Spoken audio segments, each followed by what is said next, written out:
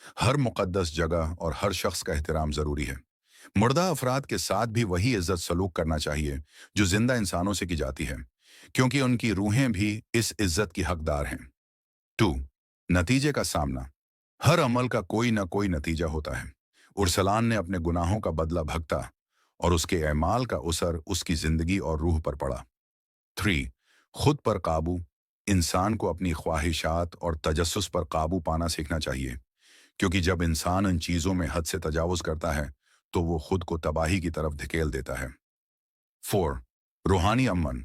रूहों का सुकून और कब्रिस्तान की तकद्दुस का ख्याल रखना ज़रूरी है। इस कहानी में इरसलान ने उनकी बेहिरमती की, जिसका नतीजा रूहों के गुस्से और इंतकाम की सूरत में निकला।